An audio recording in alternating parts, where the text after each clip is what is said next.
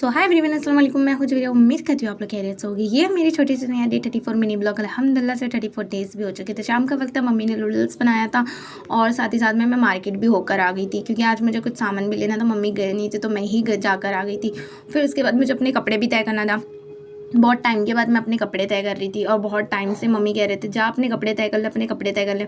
मैं कपड़े ही नहीं तय कर रही थी अपने। तो मैं सोच रही चलो आज फ्री हूँ तो मैं अपने कपड़े तय कर लेती हूँ। और साथ ही साथ में मम्मी ने चना मसाला बनाया था, मैंने वो भी खा ली। और ये टी शर्ट है मेरे स्कूल टाइम की, यानी मेरे 10th स्टैंडर्ड की।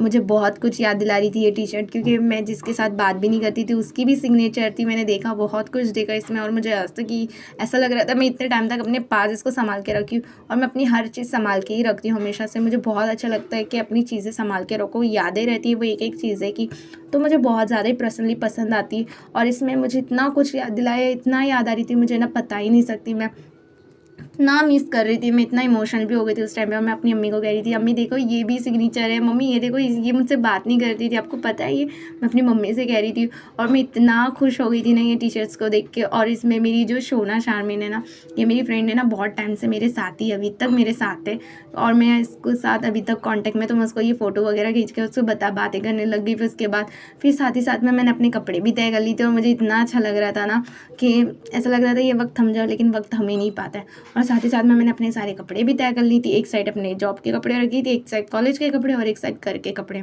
तो मुझे बहुत ज़्यादा ही अच्छा लगा। फिर साथ ही साथ में मैंने भिंडी भी काट ली थी क्योंकि जो मार्केट से लाई थी मम्मी को अभी बनाना था, तो मैंने चॉप कर लिया था इसको सारे को अच्छे से।